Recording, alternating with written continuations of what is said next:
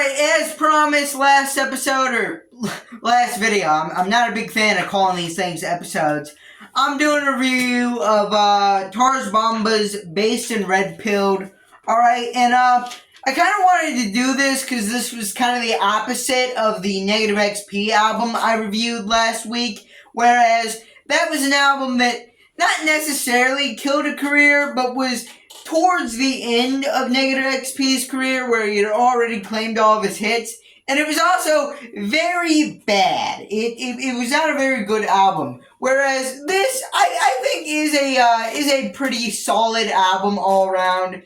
And it came at the beginning of Tzarbombah's career. This was kind of the thing that launched him into the mainstream. The first song on this, I Hate Fat People, is kind of considered by many of his fans to be his breakout hit. Now, to kind of already go forward and say what he did after this, he released about 5 more albums. At some point, they all got deleted because he's like kind of schizophrenic, so he deleted all of his music at a few points, but anyways, it's all up now, and one of his songs off his next album, by the way, do not ask me to review Black Pill the Public, alright? It has 30 songs on it. There is no way I'm reviewing all of those.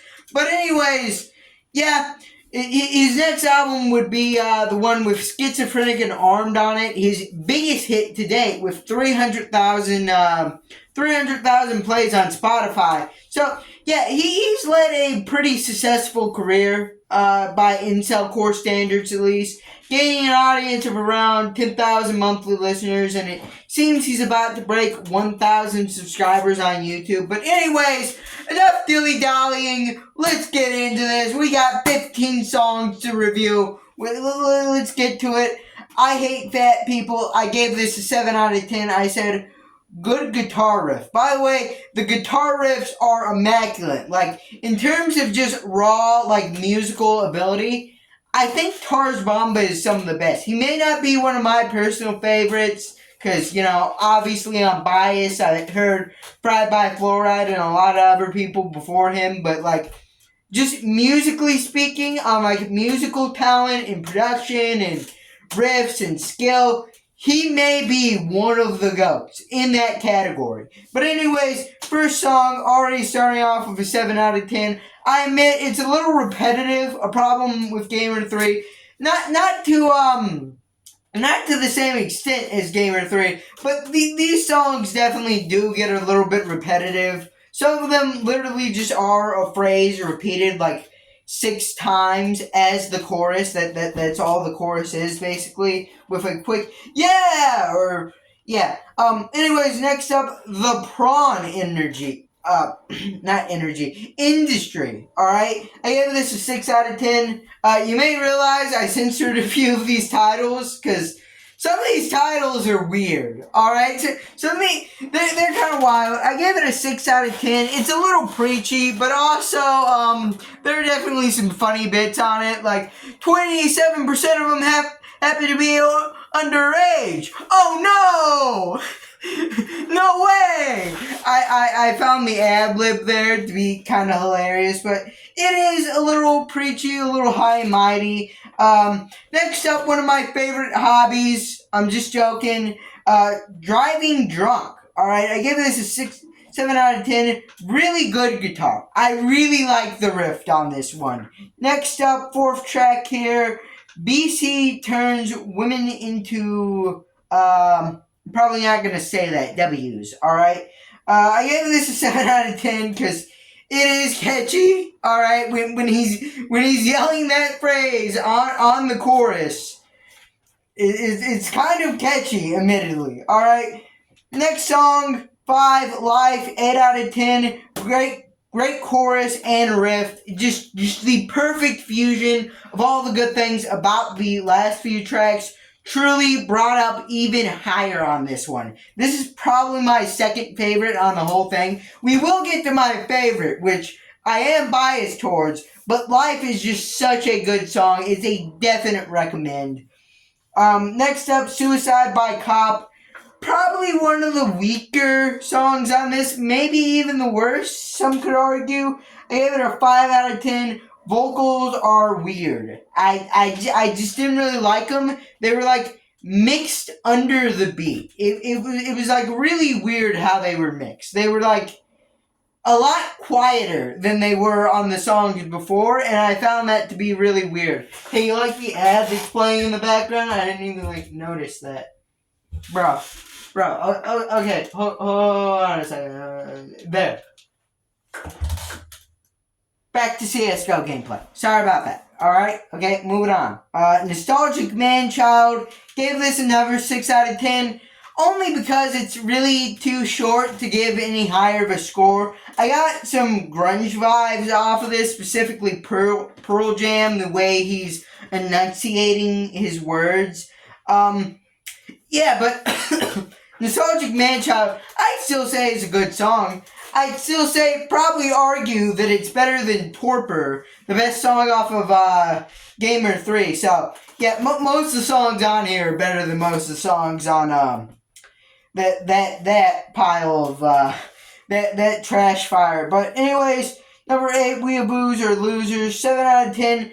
It kind of has a similar guitar riff to the previous mentioned Nostalgic Manchild, but this one, it kind of sounds like Nirvana. I kind of got like a Nirvana type vibe from it. Or wait, hold on. Okay.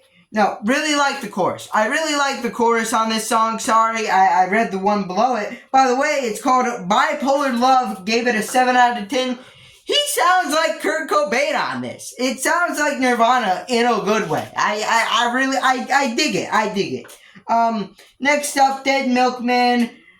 Arguably the other weakest song on here. Still a 5 out of 10. No. Is he pinching his nose? Yeah, my main problem with this song is it sounds like he's holding his nose on like the chorus while he's singing the chorus. It sounds like a total mockery of the vocals I heard earlier on this album. It's kind of weird. Next up, Possum Song, I believe is how you call it. 7 out of 10. Good energy. Just good energy. I like how hype it is. Next up, Women Aren't Funny. Ironically, this is one of the funnier songs on this album, alright? Saying it, you laugh at women's jokes, you might as well just be gay. And that women, if you laugh at women's jokes, the women themselves probably think you're gay. And just the repeating of the line, women aren't funny, with the, yeah! It cracks me up. Next up, number 13, Western Society, 5 out of 10. Just not doing it for me. It just really didn't do it for me. I don't know. At this point, the repetitiveness of the album kind of starts to sink in. It's like chorus about a subject.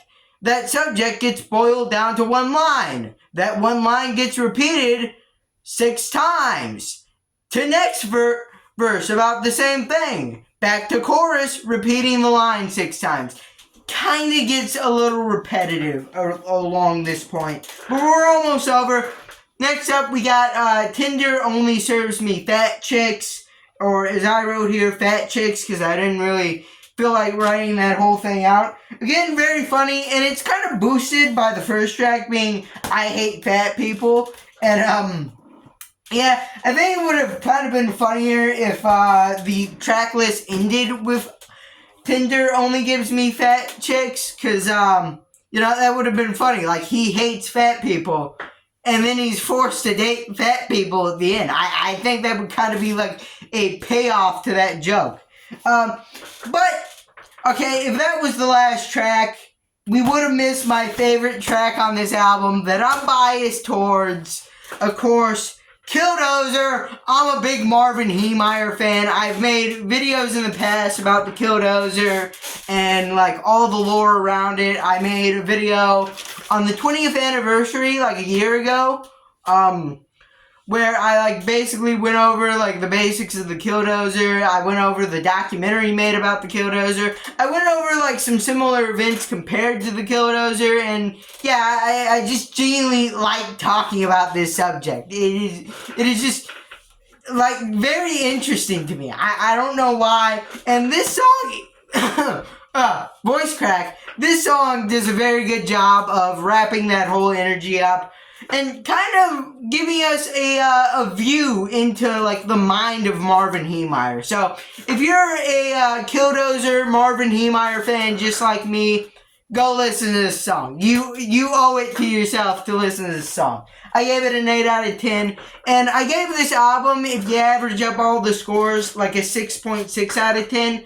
I could be wrong, though. I could have miscalculated that. But anyways, I give it a 6.6 out of 10. But there were definitely some highs. You can argue it deserves a 7. I was being a little harsh on this because it was my first time listening. And I didn't want to just throw out 10s all over the place. 10s and 9s all over the place. So maybe on repeat listens, these scores can go up. And they probably will. I probably will revisit a lot of these songs and give them higher scores. But anyways, what do you think of my review? Do you think there's any other albums that I should review? Leave a like, subscribe, comment down below, and bye.